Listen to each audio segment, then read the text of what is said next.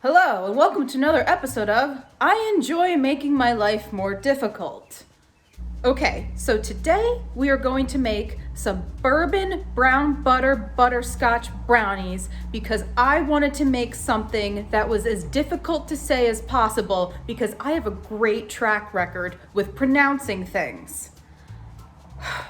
So this is another instance where I'm just kind of winging it. I have like my go-to brownie base recipe that I use whenever I make any type of brownie. But what I'm kind of doing to spice it up a little bit is, number one, I'm going to brown the butter, which I will get to how to do that in a second. Number two, obviously I'm adding the bourbon, and I'm adding in some toasted pecans. I toasted myself. They did off camera because we have enough to do today. And I'm adding some butterscotch sauce. Here's the thing with that. So I went to the grocery store and I was like, I'm just gonna buy some pre-made butterscotch sauce, make my life easier. Not everything needs to be homemade. I go there, there's no butterscotch sauce. They've got every type of caramel or caramel, however you want to pronounce it, I don't care. Any type of caramel on the planet you could possibly want, but no butterscotch, no butterscotch at all. And I wanted butterscotch because I thought that would go better with the brown butter than the caramel. So now I have to make my own butterscotch sauce, which I had not planned to do. But okay, so the first thing we're gonna make is our butterscotch sauce because I can't catch a break apparently. So for that recipe, these are the things you're gonna need. A 1/4 cup of salted butter, 1/2 cup of packed brown sugar, in this case I'm using dark brown sugar, 1/2 cup of heavy cream or whipping cream, teaspoon of vanilla extract, and the recipe didn't call for this, but I'm gonna put it in anyway, a tablespoon of bourbon. I prefer Bullet. Use whatever brand you like. Let's do this. All right, so we're gonna take all that stuff and head over to the stove. So I went to pour out my heavy cream and it's chunky. Hold please. So this is just how today's gonna be, huh? This is just how today is gonna be. My brother moved my car, so my feet, my 6-foot tall brother moved my car, so the seat was all, it's not a good day, you guys. It's not a good day. I'm at the grocery store. Go in, hopefully they have what I need. Second time today I'm here. Thank God we live down the street from the grocery store. Okay, mission accomplished. See, like,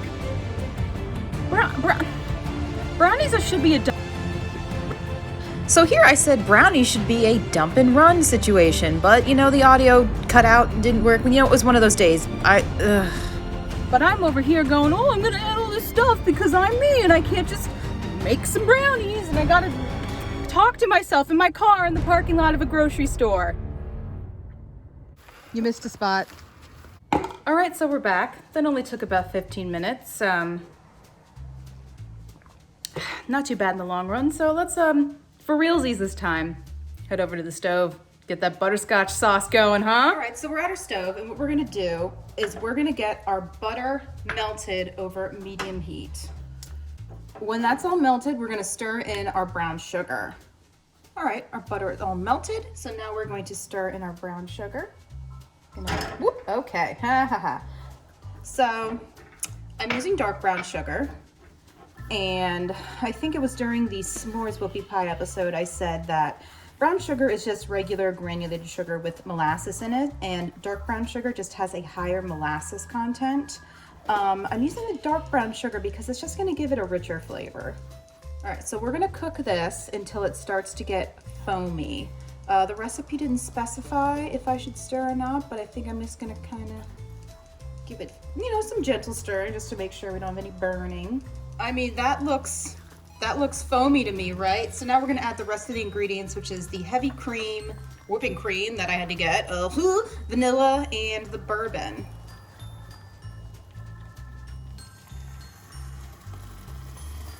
Oh boy.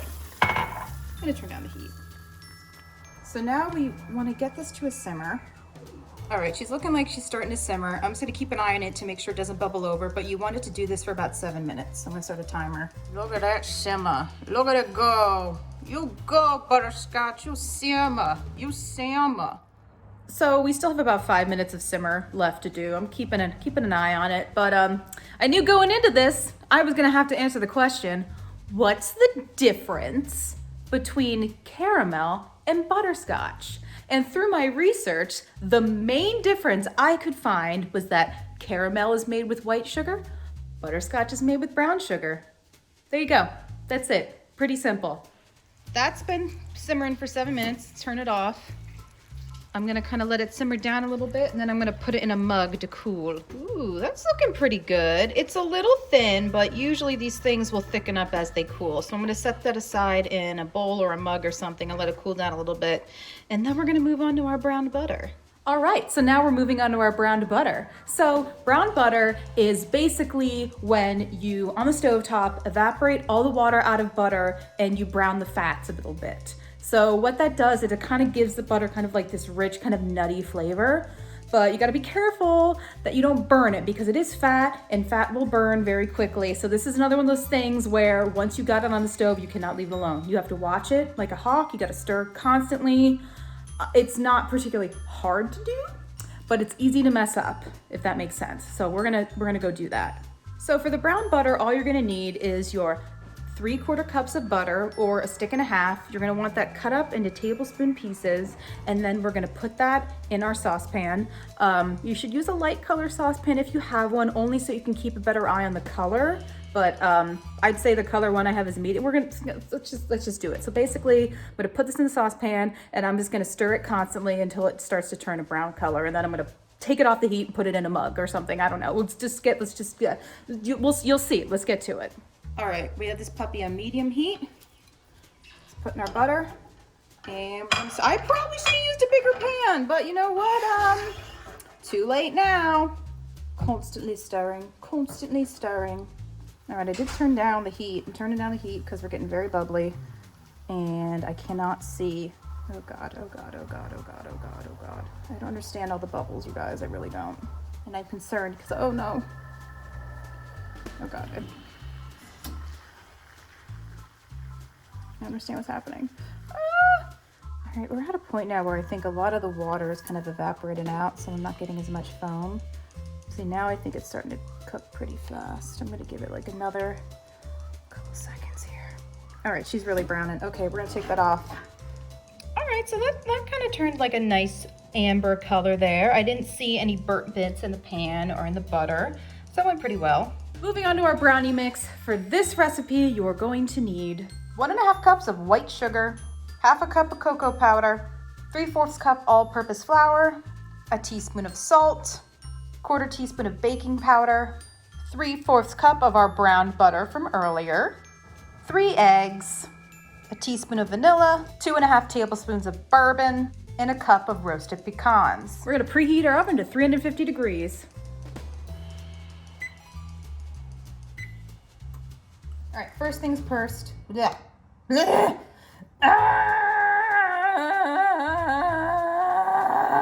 First things first. We're gonna mix our sugar, our flour, our cocoa powder, our salt, and our baking powder in this bowl.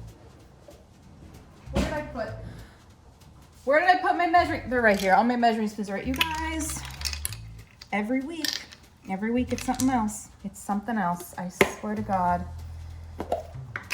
I forgot how much of this. How much of this? Oh yeah, I think it's 1/4 then 1/2. You know what? Like, make sure you use a bowl that might not be big enough. Look at how good and mixed that's looking, right? It's like mixed up. It's, yep, let's do this. Next step, your wet ingredients, which is what? Your wet ingredients are your, anyone? Yes, correct. Your eggs, your butter, your vanilla, and your bourbon. Let's do that.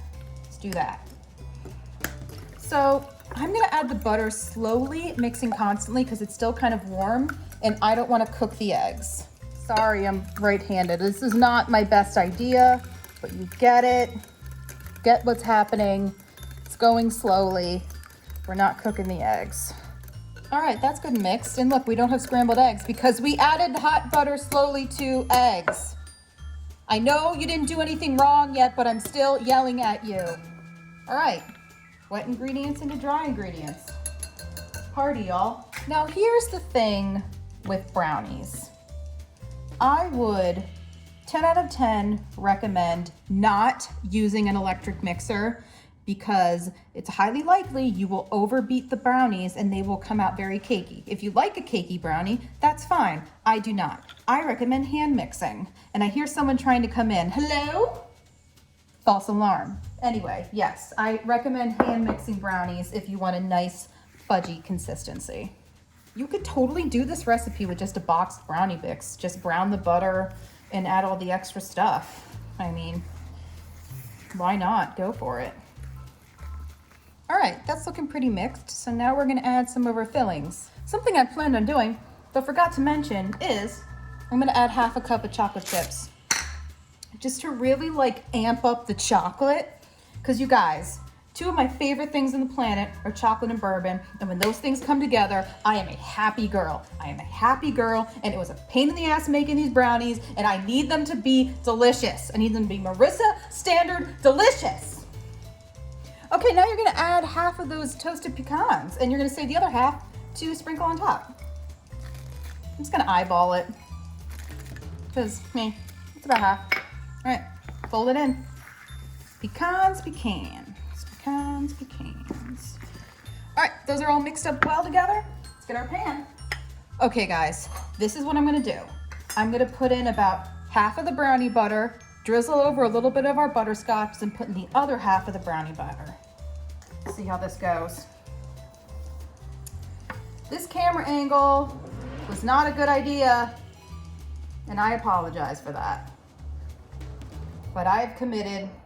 God, it smells so good and chocolatey and bourbony and chef's kiss, you guys. You can't see my face, but chef's kiss to myself.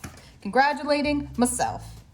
All right, butterscotch not quite thick yet, but you know what? It's just gonna get heated in the oven again. So we're just gonna do just a little drizzle. How is this going to affect the brownies baking? I don't know. We'll find out. But look, it smells so good, you guys. It smells so good. Holy crap. All right, rest of the brownie mix. Just try to smooth it out in a manner that's not going to completely destroy my little hidden surprise pocket of that butterscotch in there, that homemade butterscotch. So all the brownie batter is in there. Now, I'm gonna drizzle over a little bit more butterscotch.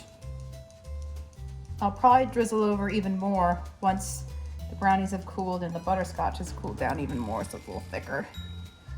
These are gonna be very messy brownies, but you know what? Who cares? It's a little extra butterscotch drizzle in there. And now we're just gonna put on rest of the pecans. You guys, look at that. Oh, smells so good. Oh my God. Oh my God. It's gonna smell even better as it starts to bake. Oh my God. Okay, so we're gonna put this in the oven at 350 degrees for a half hour to start, and I'll check it, see if it needs more time. Let's go for it. I do really enjoy baking with alcohol. I also have a dark chocolate and red wine cake that I make from time to time that's like so good and rich and fantastic. If you want me to make that sometime, be sure to like, comment, and subscribe.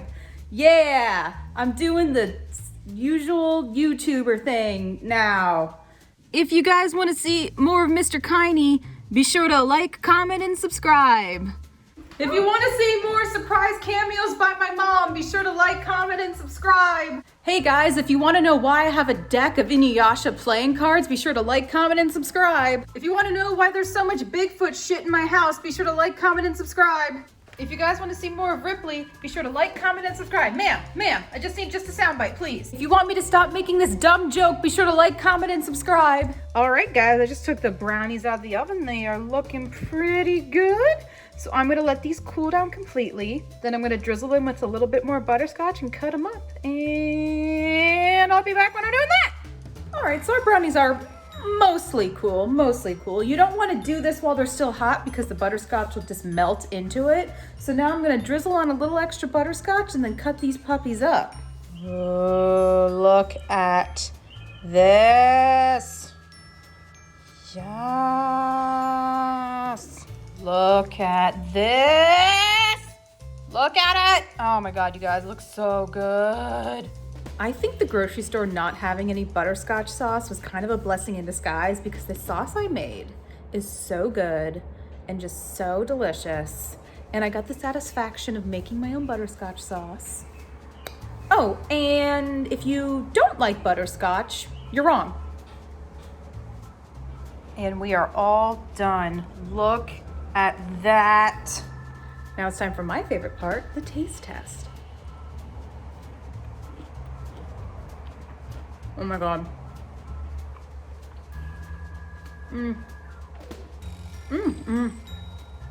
It's like layers of flavor. You get the toasted pecans, you get the butterscotch, you get the chocolate. And we're all done. Thank you guys so much for watching this video. I'm gonna do the thing. Be sure to like, comment, and subscribe if you want to see more of this stuff, me just farting around the kitchen. And until next time, bye-bye.